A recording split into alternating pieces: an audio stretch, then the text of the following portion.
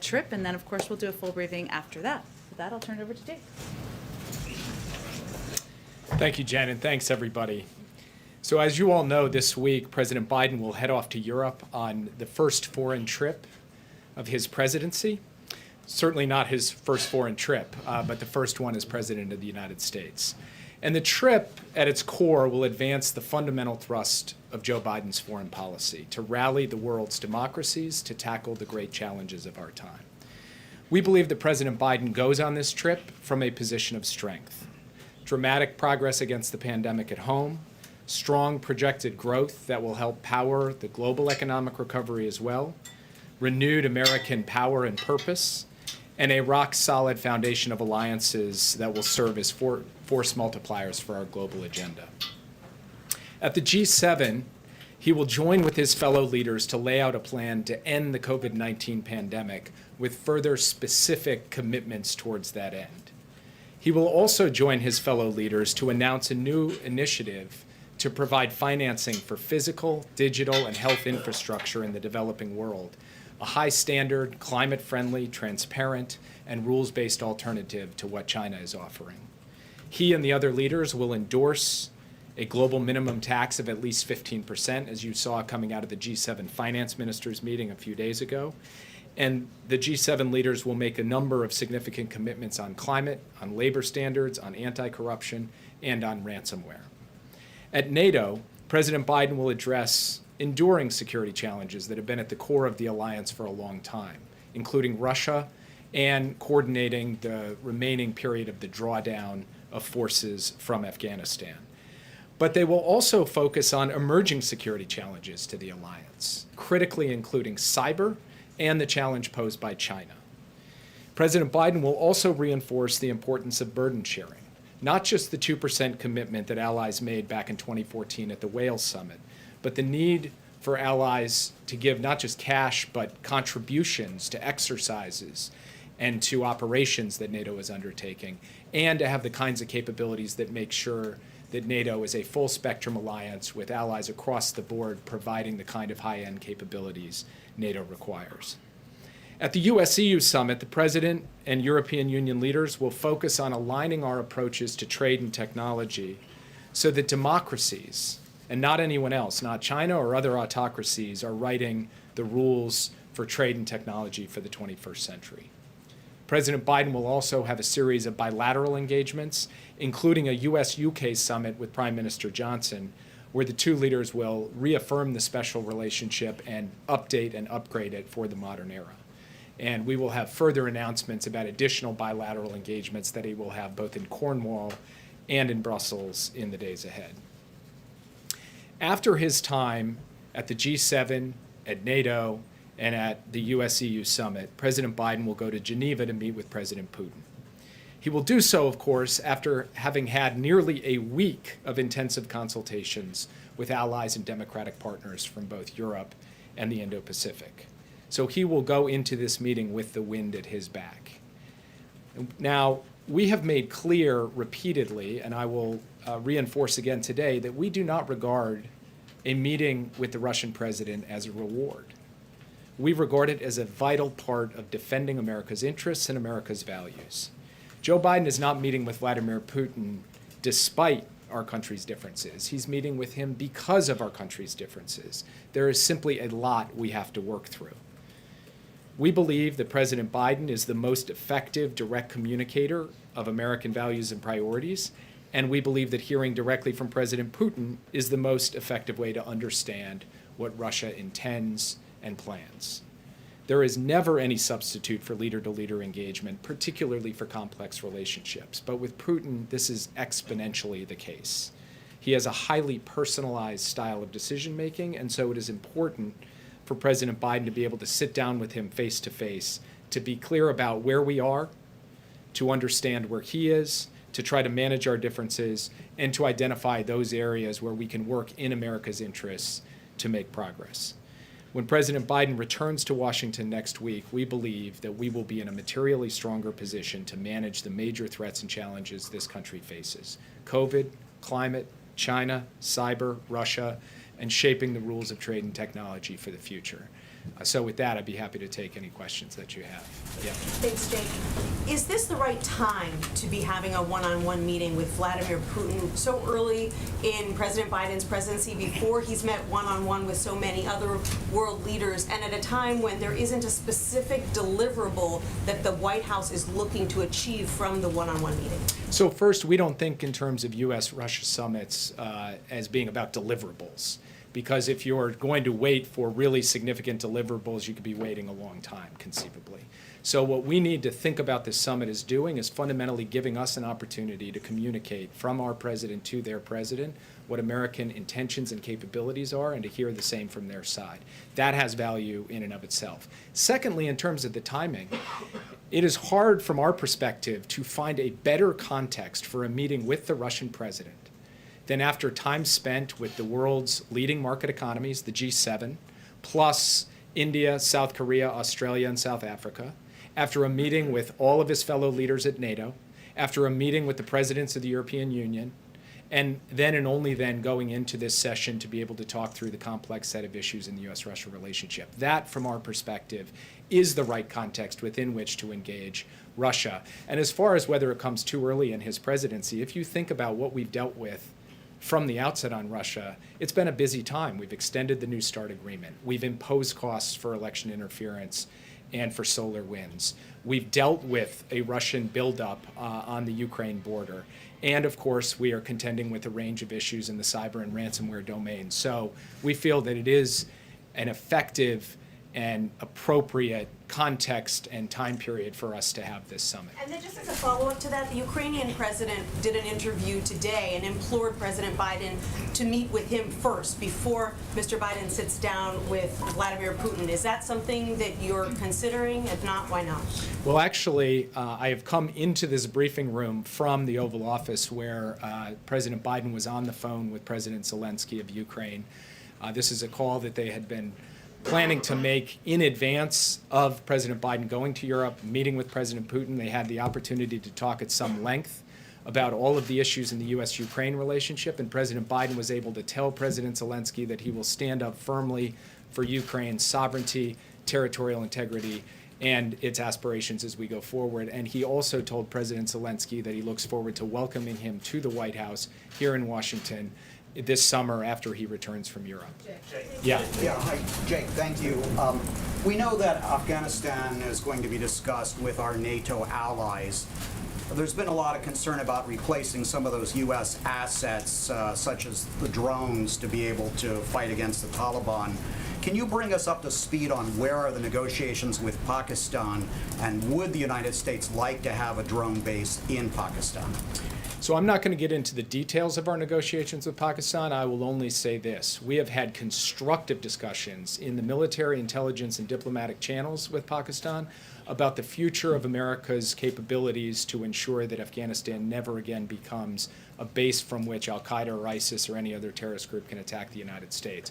But in terms of the specifics of what that will look like, that will have to remain in those private channels as we work through them. What I will say is that we are talking to a wide range of countries about how we build effective over-the-horizon capacity, both from an intelligence and from a defense perspective, to be able to suppress the terrorism threat in Afghanistan on a going-forward basis. Yeah.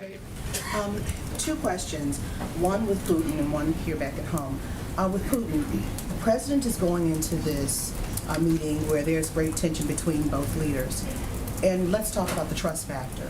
How can you trust anything Vladimir Putin says in this sit-down when the president comes back? You say you're going to learn what he's thinking and what he wants to do moving forward. How can you trust that as Vladimir Putin has already smeared the president's name? How can you do that? How can you trust? Taking the measure of another president is not about trusting them.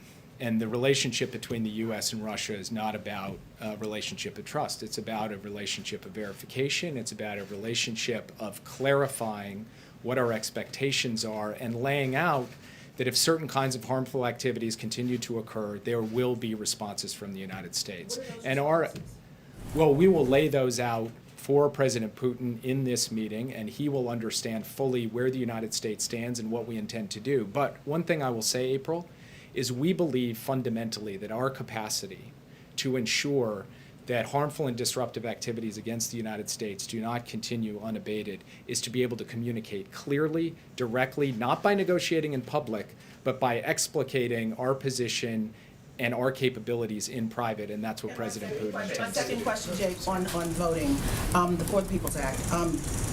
If it is not passed, what is the national security issue with it? Is there a national security issue with it if it's not passed? Because we've heard so much over the past few years about issues of voting. If that is not passed, is it a national security issue? I would say the basic notion of democratic reform and voting rights in the United States is a national security issue. We are in a competition of models with autocracies, and we are trying to show the world that American democracy and democracy writ large can work, can effectively deliver the will of the people, and to the extent that we are not updating, refurbishing, revamping our own democratic processes and procedures to meet the needs of the modern moment, then we are not going to be as successful in making that case to the rest of the world, to China, to Russia, or to anyone else. And so there is a national security dimension to this today, just as there was through the decades of the Cold War. Thank you so much. My question is, can you talk a bit about how President Biden plans to convince, especially our European allies, that former President Trump was an anomaly in some ways? All of the things that he did to, in some ways, traumatize those leaders, calling into question the need for NATO. What's the plan there, and is he concerned that those scars are going to be deeper than his ability to address them in this one trip? I think our view going into this trip is that actions speak louder than words, and that showing that the United States is capable of turning the corner on the pandemic, showing that the United States is capable of making the dramatic investments that will pull us up and out of this economic recovery and help power global growth, showing the world that we are ultimately capable of making the investments in R&D and infrastructure, innovation, and workforce.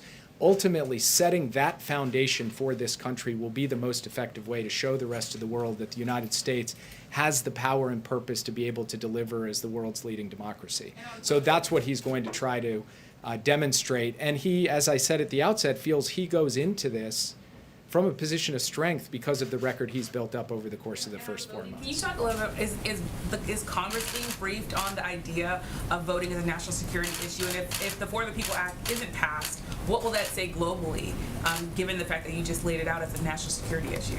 So I will say humbly, as the National Security Advisor, I don't tend to get into the middle of the debates up on the Hill on issues like voting rights. All I can say is the bottom line principle, not a specific question about the vehicle or the time frame, but rather the fundamental principle, which is that a strong, vibrant American democracy that protects voting rights is the best way for us to make the case to the world that our model and not some other model is the right model to actually vindicate the will of the people here in the United States, and for other democracies to be able to do the same.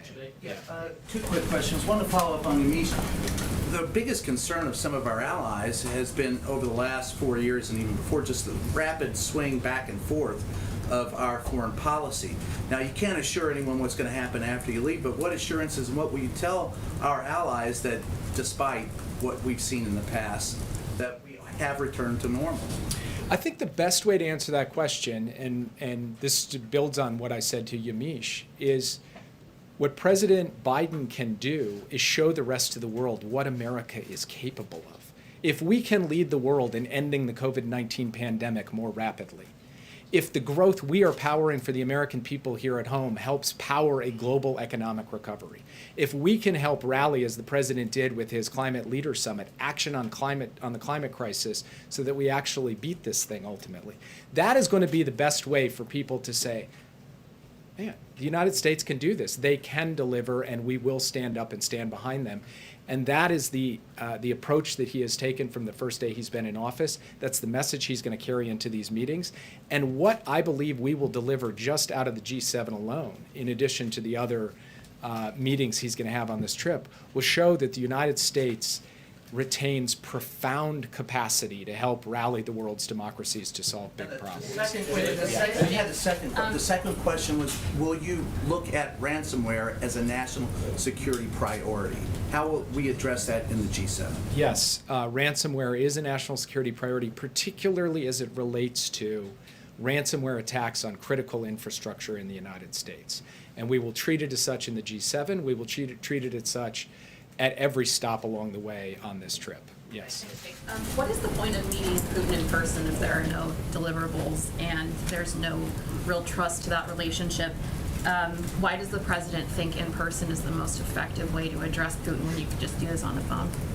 Well, first of all, there's no substitute for face-to-face engagement in any dynamic. He's not just going to Geneva, right? He's going to Cornwall, he's going to Brussels. He will have the chance to look in the eyes of literally dozens of leaders over the course of his time, and all of that will be better than just operating on the telephone. That's I'm asking about Putin, though, not the other leaders. If Well, the but relationship is centered around these issues that are so complicated, what does this president believe?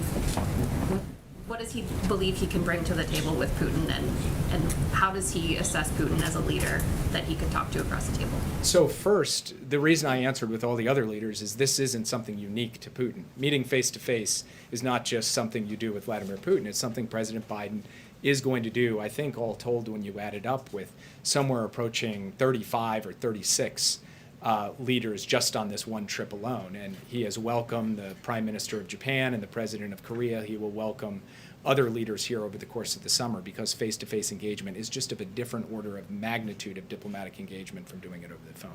Second, on this notion of deliverables in the U.S. Russia summit, at the end of the day, what we are looking to do is for the two presidents to be able to send a clear signal to their teams on questions of strategic stability, so that we can make progress in arms control and other nuclear areas to reduce tension and instability in that aspect of the relationship. And then second, being able to look President Putin in the eye and say, this is what America's expectations are, this is what America stands for, this is what America's all about. This, we believe, is an essential aspect of U.S. Russia diplomacy, because President Putin is a singular kind of personalized leader, and having the opportunity to come together in a summit will allow us to manage this relationship and stand up and defend American values most effectively. Following up on the ransomware issue, given how pervasive it is and has been for some time, U.S. officials have talked about the need for international allies to work together on this issue. Are you looking for specific commitments from allies? What do you want to come out of the G7 and NATO summit with as it pertains to ransomware to help better protect the U.S.? So one of the things we'd like to see out of the G7 is the start of an action plan that covers a number of critical areas. First, how to deal with the increasing the robustness and resilience of our defenses against ransomware attacks collectively. Second, how to share information about the nature of the threat among our democracies. Third, how to deal with the cryptocurrency challenge, which lies at the core of how these ransom transactions are played out.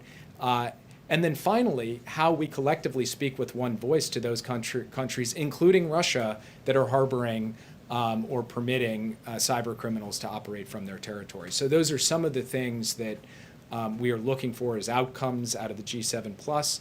We will also speak in the NATO context about cyber threats, particularly as they relate to critical infrastructure, as being of a different order of magnitude of security threat that the alliance has to concern itself with in a way that it hasn't historically, but it's got to become a priority on a going forward basis. Yeah. Thank you so much. Thank you. Thank you so much. Okay, so about the infrastructure financing program that you were talking about is going to be announced. Which countries is the United States and G7 look at? Is Brazil one of these developing countries to receive this financing? And if you could update us about the discussions with Brazil on 5G, because today we have a delegation from Brazil here discussing with NSC officials. And finally, why hasn't President Biden is still talking with the Brazilian President Bolsonaro? Why he hasn't, and what is the message that this sent to Brazil? It's June. He's already going for an international trip.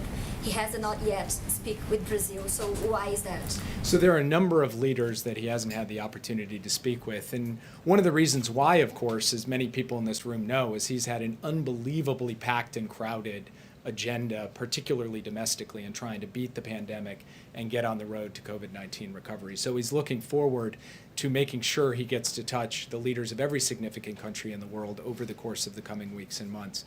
On 5G, We have made clear our view, and we will communicate that with the delegation visiting from Brazil, that we believe that trusted vendors for 5G are the best way both to secure telecommunications networks and to ensure that a country's democratic values can be protected. And then finally, I'm not going to get ahead of the announcements on the financing for infrastructure package. I will let that speak for itself, but I will say it will cover all of the significant regions of the world, including Latin America and the Caribbean. Thank you, sir. When the United States rejoined the World Health Organization, you wrote in a statement that meant, quote, holding it to the highest standards. Does that mean that the World Health Organization had failed to meet those standards at some point? And then what specifically is this administration doing to make certain that they are held to those standards? So we have made clear from the beginning of this administration and in rejoining that we believe the WHO does need to be reformed. Some of those reforms are more programmatic and bureaucratic. They relate to ensuring greater efficiency and effectiveness in responding to things like the outbreak of COVID-19. Some of them are about making sure that there is not undue influence or interference by any single member state or country in the WHO. And then some of them relate to very targeted issues like the COVID-19 origins investigation, where I have personally and we collectively have been quite vocal about our view that there needs to be a second round to this investigation that truly gets to the heart of the matter, which is the original data and original information that is still being withheld by China. And our hope is that in the coming months we will see a credible international investigation progress, including in respect to those items. Yeah. Thank you, Jake. What is your expectation for when the U.S. will lift travel restrictions on the U.K. and on Europe? And what are your current concerns? Why haven't they been lifted yet? What specifically are you looking for to have happen for that to happen? Well, let me start by saying it doesn't really matter what I am looking for personally, because at the end of the day, this is a process being driven by science and public health guidance. And so it is ultimately up to the public health professionals in the U.S. government to make that determination.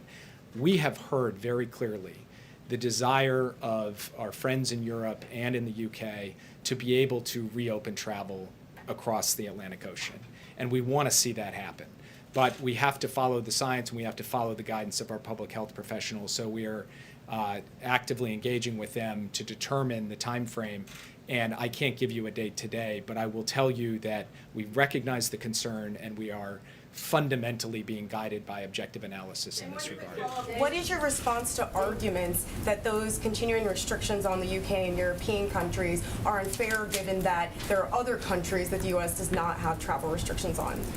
My view on this is we have been transparent and clear about the basis for our travel restrictions. We have done so through a process that has been guided by science and evidence. That is how we've determined how the travel restrictions have been applied and to whom, and that is how we are going to proceed on a going forward basis. This administration's commitment to that kind of analysis is fundamental. It is what has guided every aspect of our response to the pandemic, including this issue. Thank you very much, Jay. Nice to see you. I'm Jenny Psaki with the USA North Korea.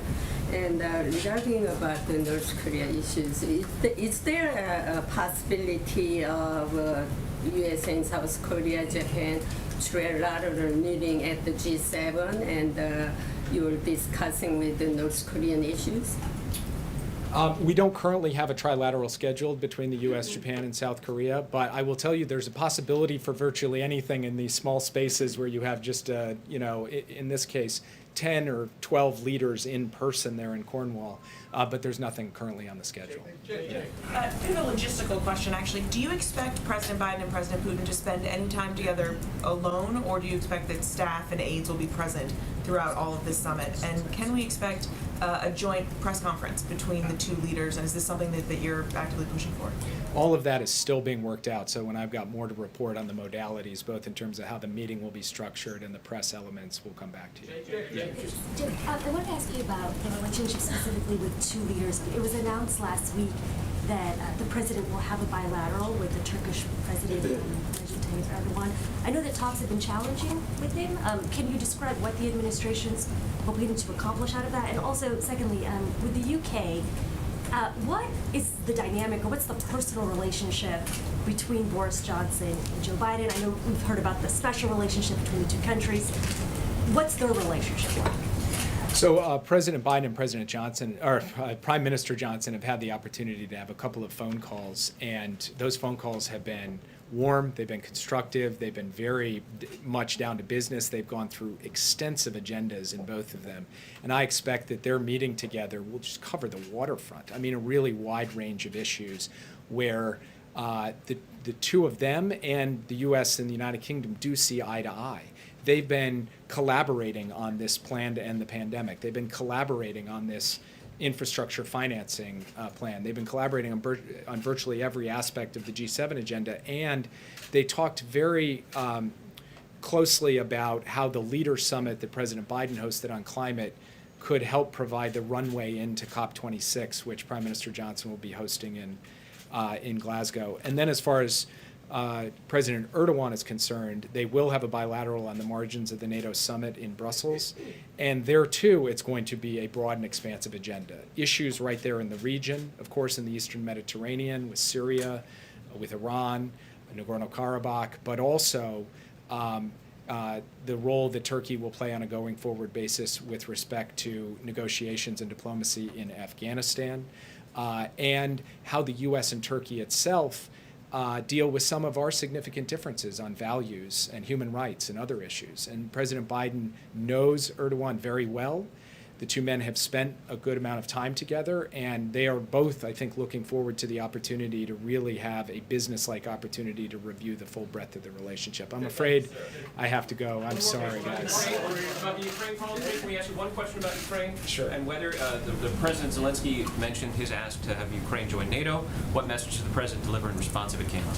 So they were able to talk about basically every significant aspect of the relationship, including with respect to the U.S.'s support for Ukraine's security. But in terms of the specifics of what they discussed, I'm going to let the two of them speak for themselves. I'm not going to read out that aspect of the meeting. Thank you. Okay. All right. Well, what a good way to start off a full briefing room, our first full briefing room day since the president took office. A couple of updates for all of you at the top.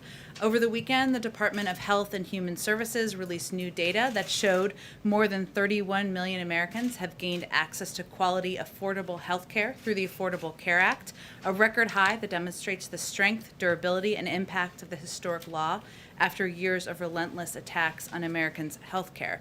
President Biden also reunited with former President Obama for the White House's weekly conversation to share the news, discuss how the administration's special enrollment period has allowed more than 1.2 million Americans to enroll in health coverage, and highlight how the American Rescue Plan has lowered premiums and health care costs.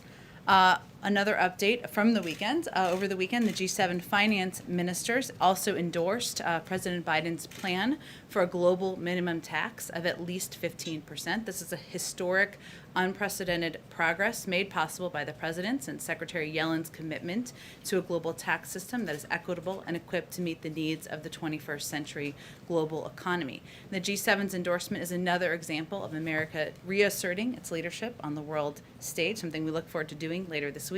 And establishing a global corporate minimum tax will help level the playing field for the United States, ensure fairness for the American middle class and working families everywhere, and focus competition for business where it belongs. Last item for all of you. Today, the Department of Justice announced 2 new steps to stem the epidemic of gun violence in our country, following through on the President and Attorney General's announcement in April of a set of initial actions. First, the DOJ has issued a notice of proposed rulemaking to strengthen regulations on stabilizing braces and that help convert pistols into dangerous short-barreled rifles, which it appears the perpetrator of the Boulder shooting used, now that we know more.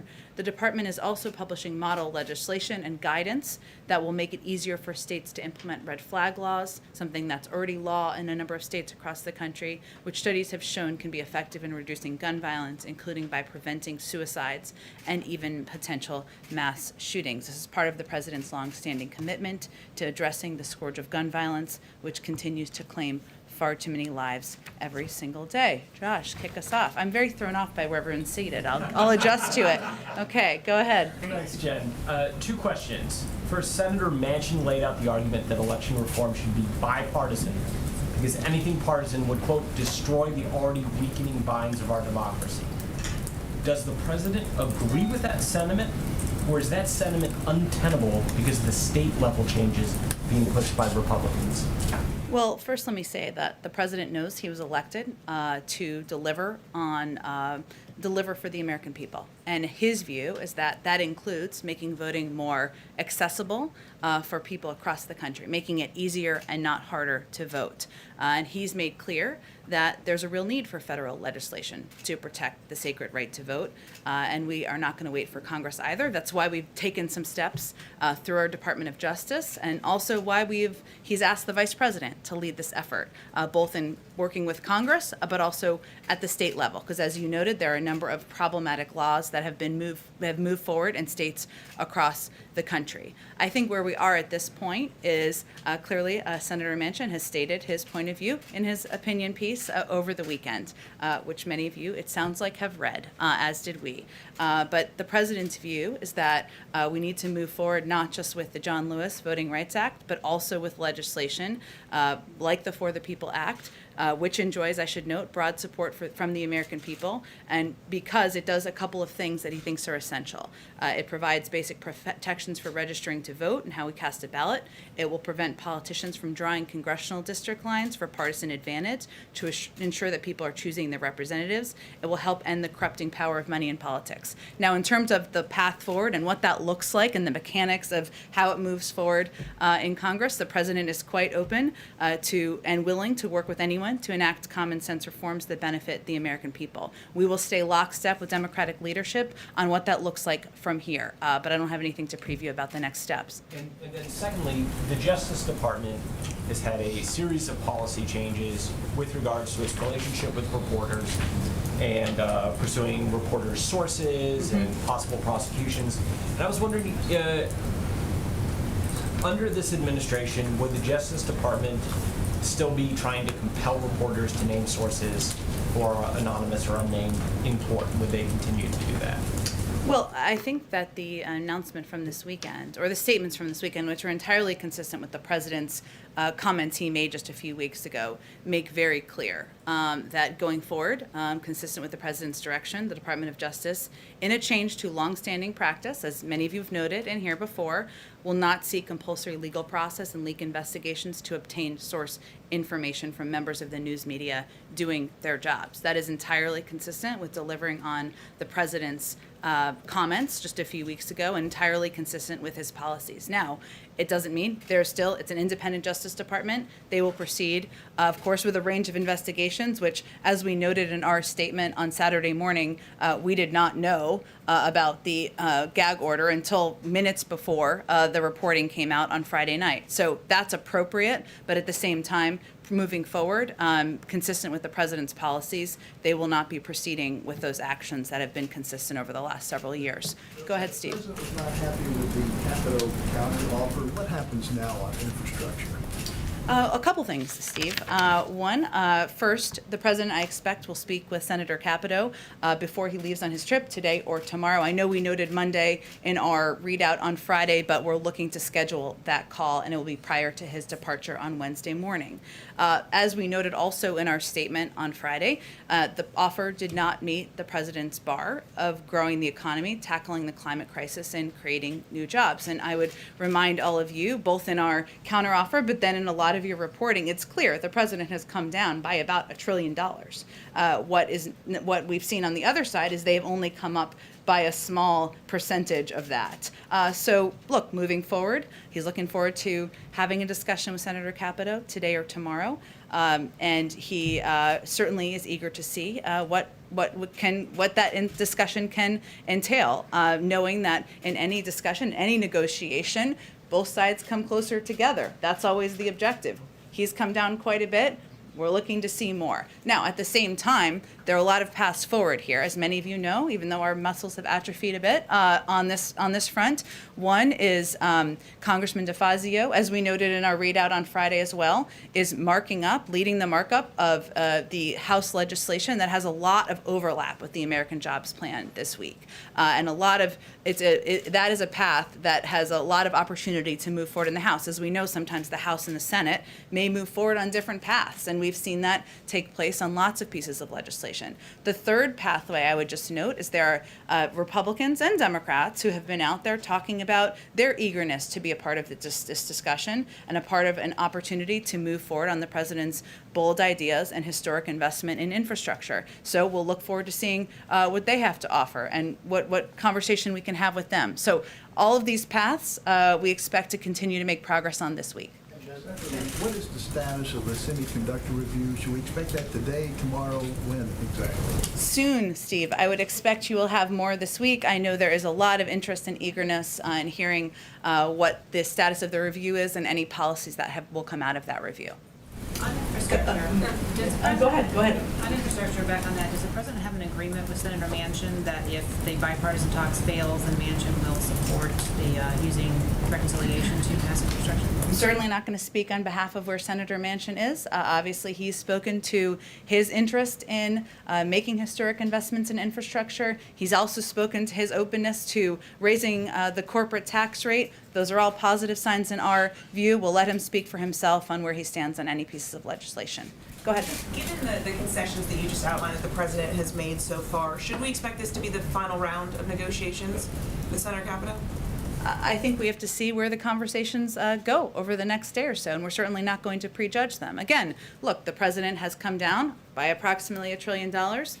We'll see where the conversation goes when he has the opportunity to speak with Senator Capito, and there are a number of paths where we can move these ideas forward at the same time. You mentioned your support for this markup that's happening on Wednesday. Is that a signal? Should we read this as some kind of signal to your Republican counterparts that you are ready to go this alone? I think it's only just a statement of what's happening as a bill becomes a law, which is that a leader in the House is moving forward with marking up a piece of legislation that has quite a bit of overlap with the American Jobs Plan the president proposed. So the time is not unlimited here, as we've stated from the beginning, nor is the president's willingness to compromise. He has areas where he wants to see greater investment. He made clear that the proposal, the offer put on the table, didn't meet his own bar. But we're very open to where the discussion goes from here, and he's looking forward to the opportunity to talk with Senator Capito, as well as others who may come forward with ideas about how to move this forward. And just one more on this sort of big picture. Secretary Buttigieg had said that by today you had hoped to see a clear path on infrastructure. Do you have a sense that there is an emerging clear path? We have several paths. That's the good sign. Go ahead. Is there new deadlines that the president has set for progress on infrastructure? I know there was Memorial Day. Now you're outlining a few different paths. Is there a time at which he's going to make a decision about which one he's going to take, given that the deadline keeps moving? Well, first of all, what we said is by Memorial Day, we would hope to have a sense of where it looked like moving forward, and we do. We have a couple of paths forward. We don't know what the end outcome will look like, as you typically don't, as a bill is moving its way to becoming law. And there are several paths forward, as I've noted. So we're going to continue to work on all of those lines. I would also note that Speaker Pelosi has said she wants to move forward with legislation on infrastructure in the House in June. That's exactly what's happening here. Leader Schumer has said he wants to move forward in July. Again, the House and Senate can be on different timelines and pathways. And then just a quick follow-up on the voting rights. Did Manchin give the White House a heads up that this op-ed would be coming out? Did you guys have any sense of how firm his position was on this legislation? I'm just not going to get into any channels of private conversation with Senator Manchin or any other senator. And then just on the vice president, obviously, last week the president said that she was going to take a leadership role in voting rights. Democrats have warned that if Washington doesn't take action, that the midterms will be quite difficult given the changing voting laws. Is there going to be a more, are we going to see signs of more urgency from the White House about taking action on voting rights? Obviously, the president has had a lot of lawmakers in the Oval Office to talk about infrastructure. Will we see more signs of an increasing focus on trying to make progress on voting rights? Absolutely. But I would also note that early on in the presidency, the president signed into law an executive order that put in place a number of positive steps forward on voting rights, an action he could take without Congress. We've also empowered the Department of Justice, of course, to take actions to implement some of these policies. So we're not waiting. I would also note that the fact that he asked his vice president, they agreed, I should say, since it was her ask, but that she would lead this effort moving forward, tells you what a significant priority it is for this White House. As you know, she's currently on a trip to the Northern Triangle. She'll be back, and I'm certain you'll hear more from her soon. Go ahead, Phil. Jen, back on voting rights. I'll go to you next, April, I promise. I'm just jumping around so I don't forget. Go ahead, Phil. A bigger picture one, and then one more drill down on infrastructure. What's the president's message? What's your message to Democrats, particularly progressives, who've started to get a little bit antsy? That, the window's closing. We went through this back in 2009. It's time for us to move. It's not just infrastructure. If you don't move infrastructure, the rest of the $4 trillion agenda doesn't move either. How does the president kind of calm that down? I think his message is he remains absolutely committed to moving forward with a historic investment in infrastructure, and also to pushing forward the American Families Plan that will help level the playing field, lift up the next generation of workers, ensure there's universal pre-K and access to free community college.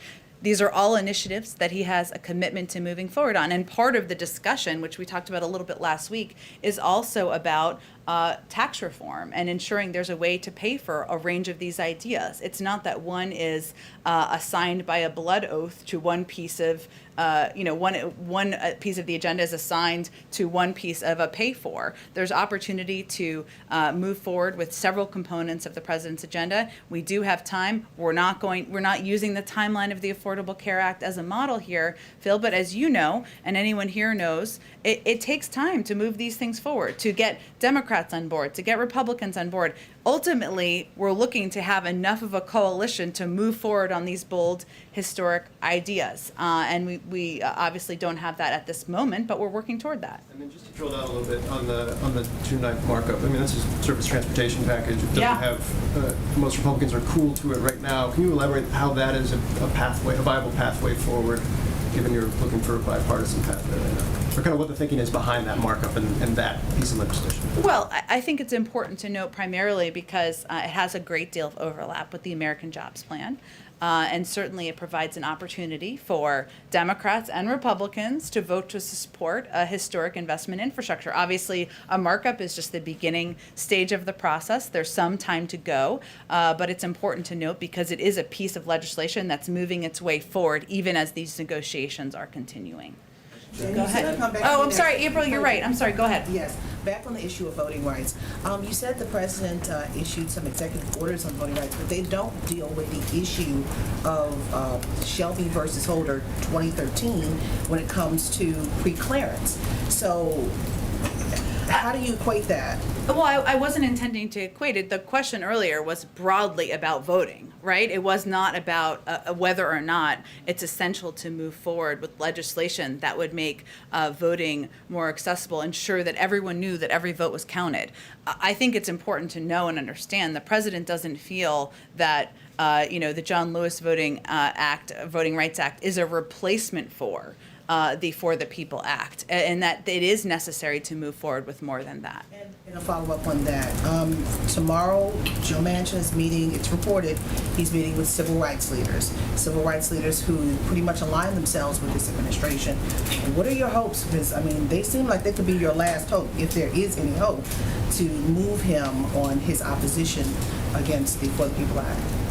Well, look, I don't know that I can speak to a meeting that has no member of the administration is participating in, April, but I can tell you that the president is going to continue, and as are members of this administration who've been leading this effort, from Susan Rice to Cedric, to anyone who's at the highest level, and obviously to the vice president when she returns from her trip, to advocating for a path forward on how we can ensure that everyone knows their vote counts, that we make voting more accessible, that we make it easier, not harder. Those are fundamentals. The president, the vice president, other members of the administration will be open to, eager to have that discussion with anyone who wants to be constructive in that moving forward. That his heart will change. I'm not going to make a prediction about Senator Manchin's position on an issue. I'd point you to him to speak to that. Go ahead. On the same topic, could you speak more to the actual argument that Senator Manchin was making, which was less about the content of the For the People Act and more about the fact that it doesn't have bipartisan support and that being behind it would be wrong for that reason alone? Well, I think the president's view continues to be that making voting easier for people, making it easier to vote, ensuring people have access to that fundamental American right should be something that Democrats and Republicans all support. And he certainly will continue to advocate for that. I don't know that I have more of a comment on Senator Manchin's position. I'd point you to his spokespeople for that. And then, given the fact that we've been talking about how a bill becomes a law, if he's against the For the People Act, does that mean that for all intents and purposes, at least for right now, it is dead? I'm certainly not going to make that prediction. As you know, there can be many ups and downs of legislation moving forward. And as I noted earlier, the president's been clear he's willing to work with anyone to enact common sense reforms that benefit the American people, that make it easier to vote. He'll have those discussions with Democratic leadership, and we'll work together on what the path forward looks like. Go ahead. Thank you. On COVID-19 origins, China has basically already said they think their part in an international investigation is done. So why is Jake Sullivan still here saying he thinks it's possible that they're going to provide the preliminary data at some point? Well, I don't think we just give up that easily.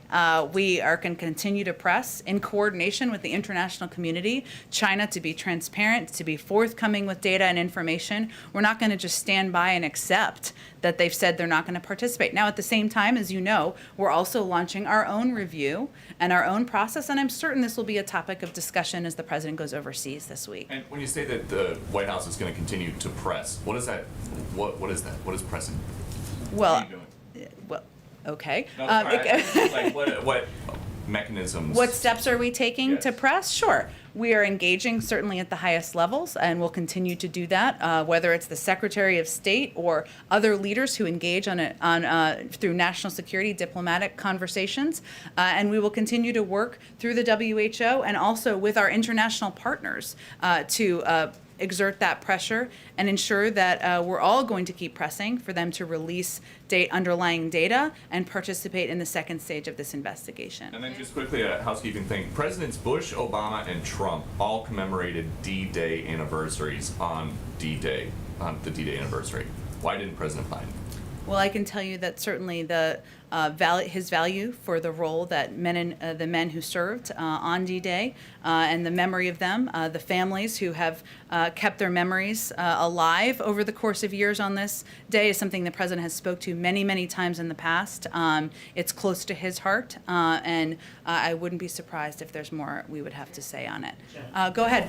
Jen, I know you say you don't want to read out any private conversations, but it certainly seems like the president and Senator Manchin are sending messages to one another in the public. You had the president last week expressing some frustration about, he didn't name him, but senators in his party who vote with the other side. You have the op-ed from Senator Manchin this weekend.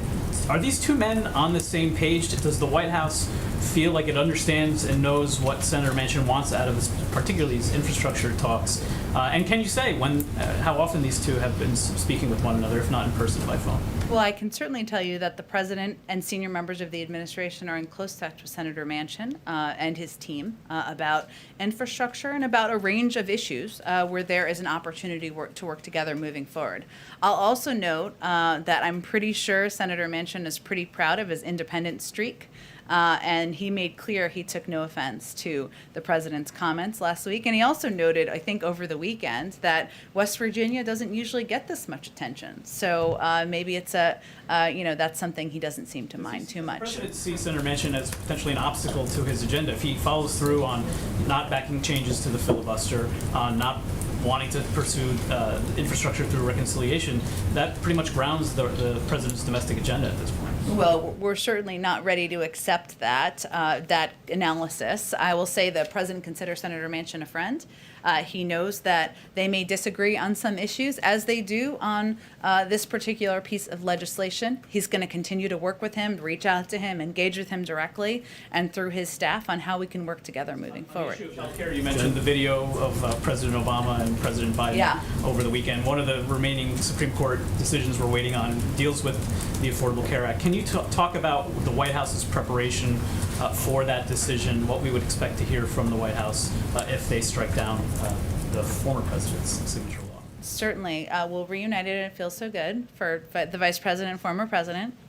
Someone gets us in here. Okay. So even a full room, no laughs. Okay.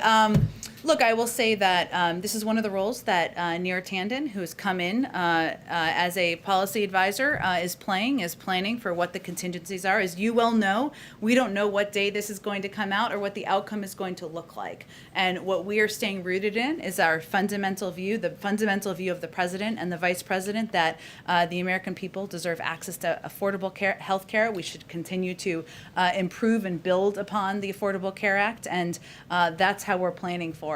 But there's a range of options. I'm sure when we know the outcome, we can speak to that more directly. Go ahead, Andrew. Thank you. So you've answered a number of questions about voting rights and people casting their votes. I wanted to ask you about counting the votes. Yeah. A number of the bills that have passed Republican legislatures and are pending before Republican legislatures take voting and the counting of votes and the running of elections out of the hands of nonpartisan officials and put them in the hands of Republican state legislatures. This is what Donald Trump wanted done during the run-up to when Congress certified President Biden's victory.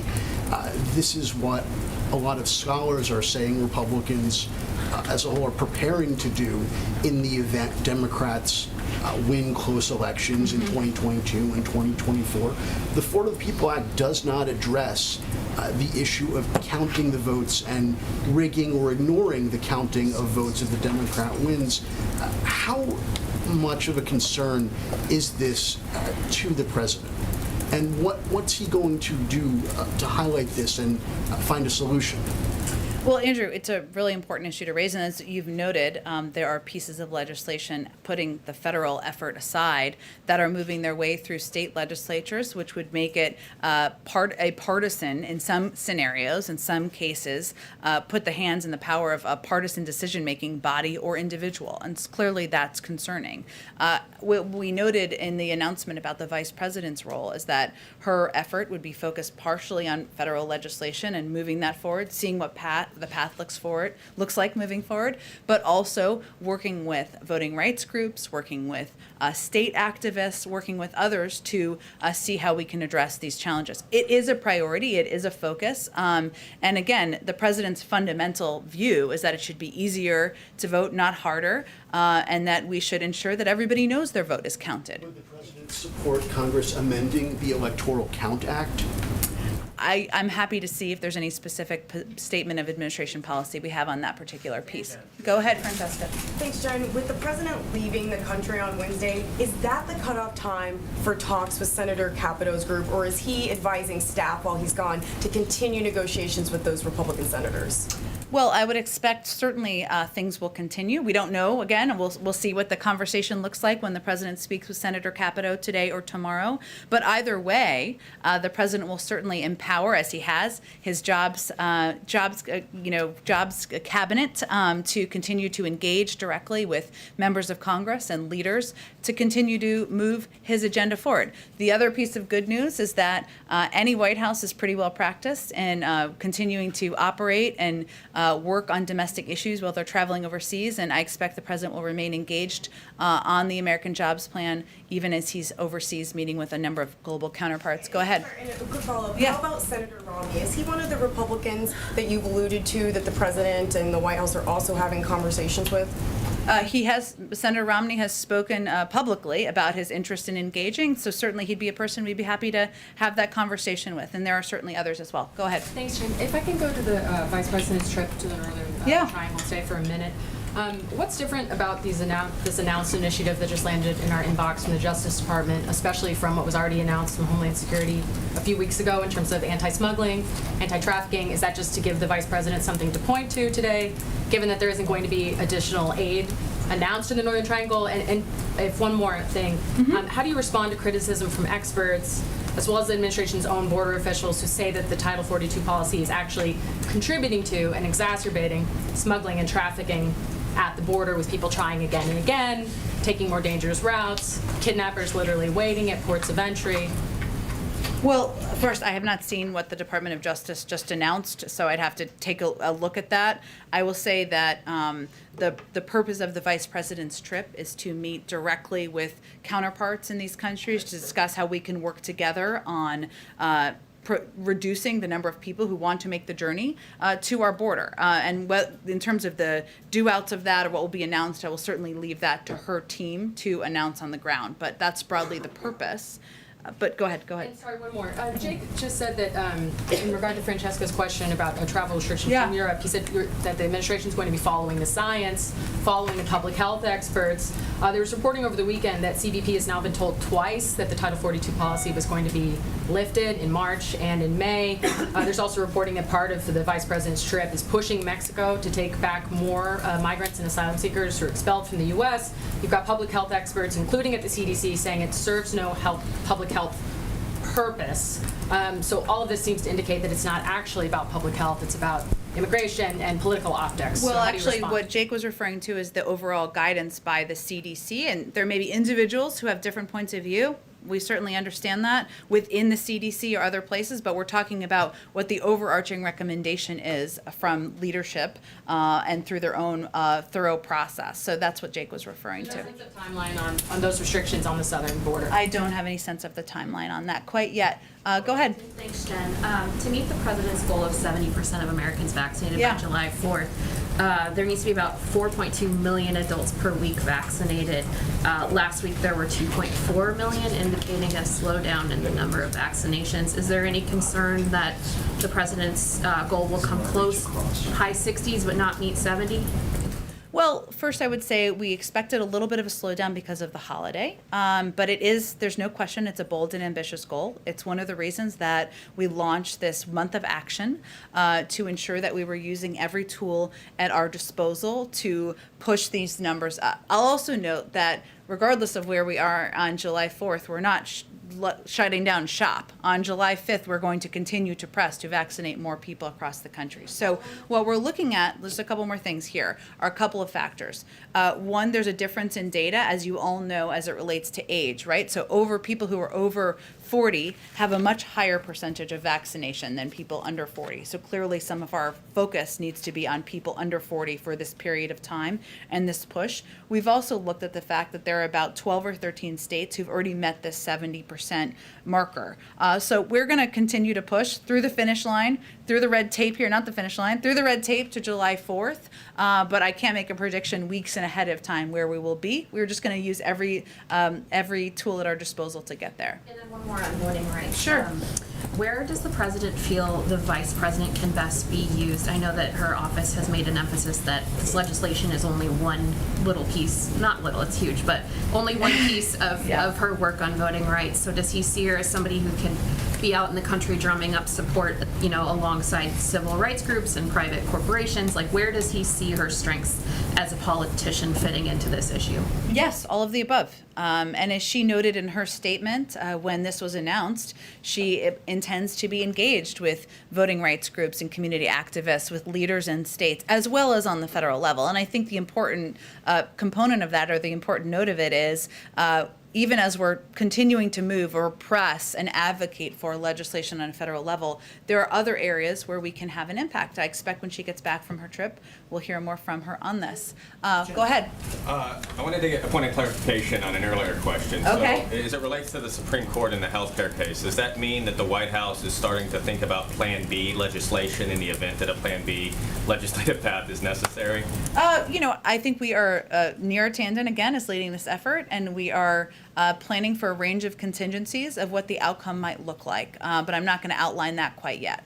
And On the surface transportation bill that Yeah. you mentioned working its way to the House, is that a signal that the White House, the president's okay with sort of breaking up these proposals into little bits and kind of just getting what you can get along the way over a much longer period of time than maybe this June and July grand sort of legislative path that Democrats are on?